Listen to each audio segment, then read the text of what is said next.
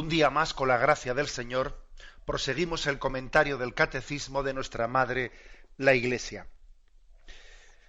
Concluimos el apartado, los signos del reino de Dios. Nos faltan 2 puntos, ayer vimos los 2 primeros y los últimos 2 son 549 y 550. Y el primero de ellos, 549, dice así: al liberar a algunos hombres de los males terrenos del hambre, de la injusticia, de la enfermedad y de la muerte, Jesús realizó unos signos mesiánicos. No obstante, no vino para abolir todos los males aquí abajo, sino a liberar a los hombres de la esclavitud más grave, la del pecado, que es el obstáculo en su vocación de hijos de Dios y causa de todas sus servidumbres humanas. Continuamos con la explicación de por qué Jesús hizo esos signos, esos milagros, esos prodigios con los que acompañó la predicación de su palabra.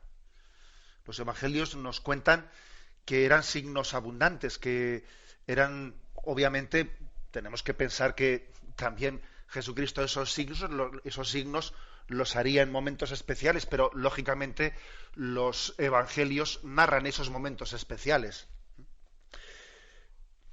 ¿Qué sentido tienen? Obviamente, si Jesús ha venido a proclamar la llegada del reino de Dios, y la palabra reino de Dios, como dice Benedicto XVI en su libro Jesús de Nazaret, cuando habla del Evangelio del Reino, pues él nos recuerda que la expresión reino de Dios, sobre todo a lo que se refiere es a la soberanía de Dios. O sea, Dios está aquí. Es la hora de Dios. Eso es lo que podríamos decir es el sinónimo de reino de Dios. Dice Benedicto XVI en su libro, reino de Dios significa Dios reinante, Dios soberano.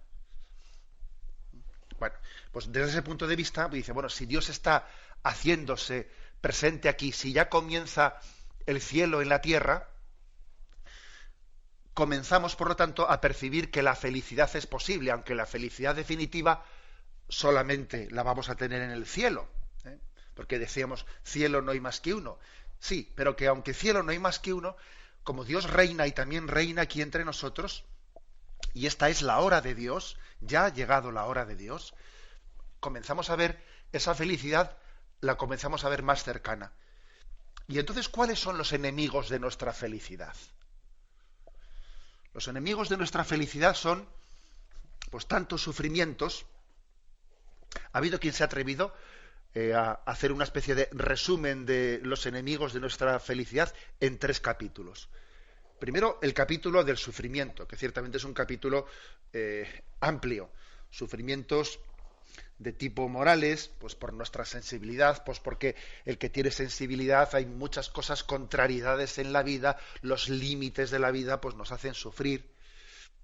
Sufrimientos físicos, sufrimientos también pues por padecer el mal de los demás. También somos víctimas ante el mal de los demás, y uno sufre no solo ya por los límites de la vida, sino por el mal comportamiento de los demás.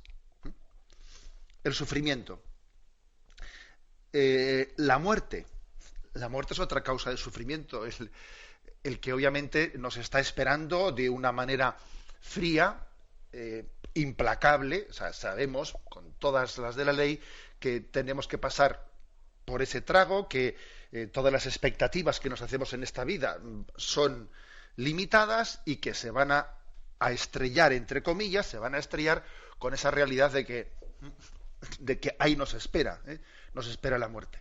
Y hay otra causa de infelicidad, sufrimiento, la muerte y el pecado. El propio pecado, el pecado de uno mismo. No solo el daño que me hace, el sufrimiento que me causa el pecado de los demás, que también, ¿no? Sino también el propio pecado.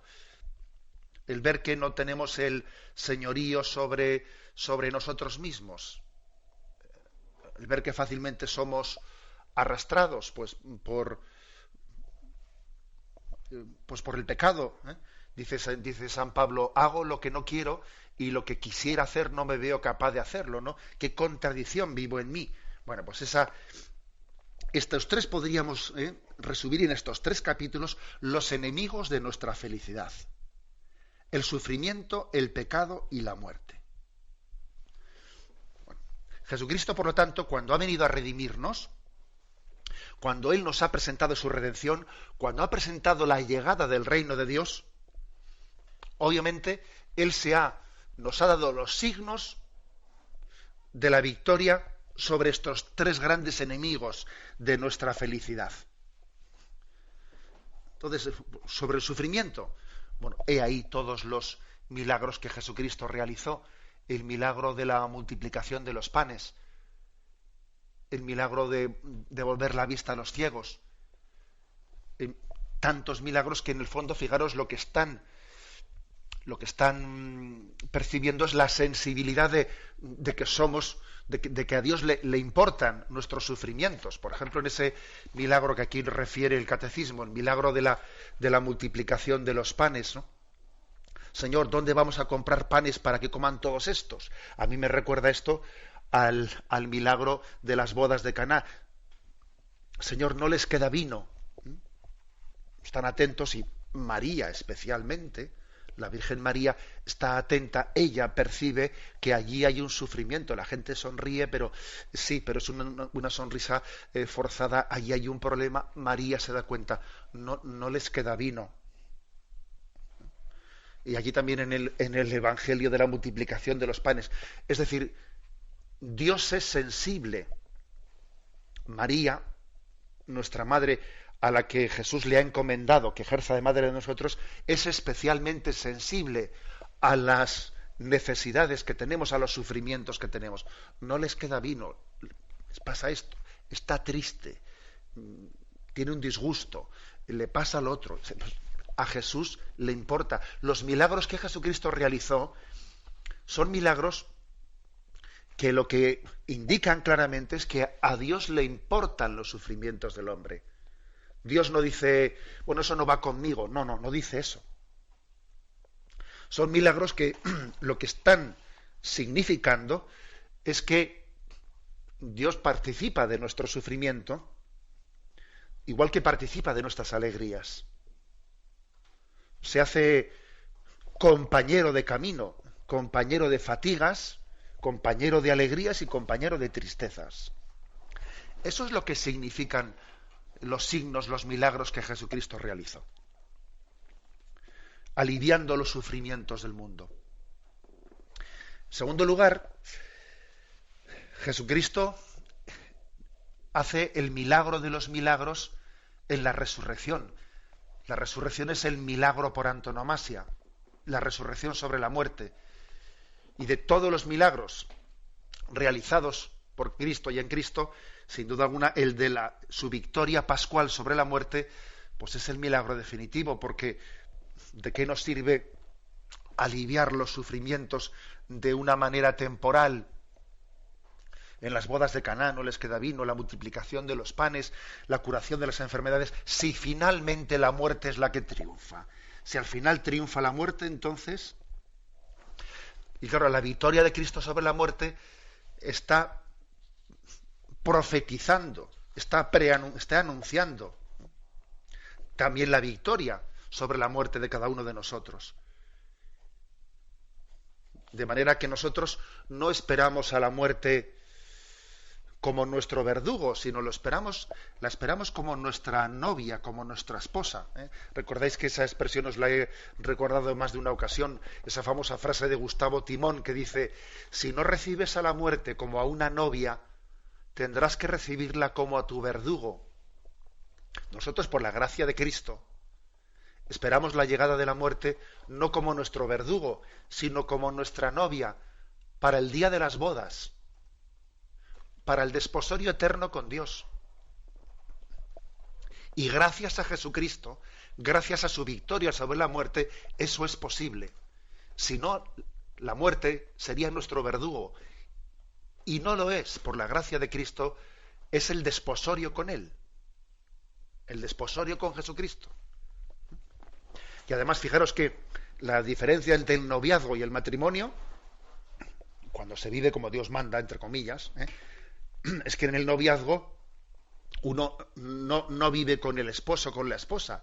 Tienen una relación cada vez más amplia, pero no conviven plenamente hasta que no se han casado. Algo así nos pasa a nosotros con Dios, que hasta que la muerte no nos desposa, con Dios vamos teniendo una relación por la oración, por no sé, su presencia de Dios entre nosotros poco a poco en esta vida, hasta que esa relación con Él se hace visión, se hace presencia en la vida eterna.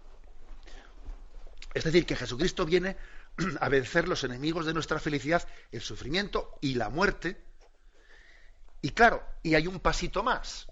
Y esto lo anterior no sería posible sin la victoria de Cristo sobre el pecado, porque al final, fijaros, el pecado es el causante de todos los tipos, de todos los sufrimientos y de la muerte misma. No olvidemos que la Sagrada Escritura nos dice que la muerte se introdujo por el pecado. Por el pecado de Adán y Eva se introdujo la muerte. Y todos los sufrimientos de esta vida se han introducido por el pecado. La prueba es que en el cielo no habrá sufrimiento, no habrá lágrimas, no habrá dolor, porque allí no cabe el pecado, allí todo es gracia. Bueno, por tanto, Jesús, la victoria de Jesucristo no hubiese sido completa si no hubiese vencido no ya a las consecuencias del pecado, sino al pecado mismo. O sea, Jesucristo no solo ha vencido al sufrimiento y a la muerte derivadas del pecado, sino al pecado mismo. Lo ha redimido en nosotros. Y nos ha santificado. Y ha hecho de nuestra historia de pecado una ocasión de misericordia, de proclamación de su amor para nosotros. Y donde abundó el pecado, sobreabundó su gracia. Bueno, así, de esta manera, tenemos que entender los signos del reino de Dios. O sea, el reino de Dios es la extensión del reino de Dios, o sea, como decía antes, del señorío de Dios, que comienza a ganar terreno, comienza a ganar terreno sobre el pecado. Dios está aquí. Dios está aquí y cada vez la luz vence a las tinieblas. Habéis escuchado en alguna ocasión esa explicación litúrgica tan bella y tan sugerente, que es el hecho de que el nacimiento de Jesucristo se haya colocado dentro del calendario solar, allá en los días de finales de diciembre, que es justo cuando termina de avanzar la noche, y en el momento en el que, en esos últimos días de diciembre, finalmente el sol comienza a ser el que va ganando terreno. A partir del nacimiento de Jesucristo, el sol le va ganando terreno a la noche. La luz va teniendo más espacio. Esto es la llegada del reino de Dios. Cristo viene a aliviar nuestros sufrimientos. Cristo viene a redimir el pecado. Cristo viene a vencer sobre la muerte. Bien, nosotros solemos tener quizás el riesgo de que estos signos de Jesucristo, estos milagros de Jesucristo, podemos entenderlos o no sé, nos podemos acercar a ellos de una manera aislada. Cuando alguien tiene pues un agobio, pues, imaginémonos pues, de una operación, una enfermedad o un problema familiar serio, un problema laboral, y le pide a Dios una gracia, pues la gracia de un empleo, la gracia de una sanación, de lo que fuere.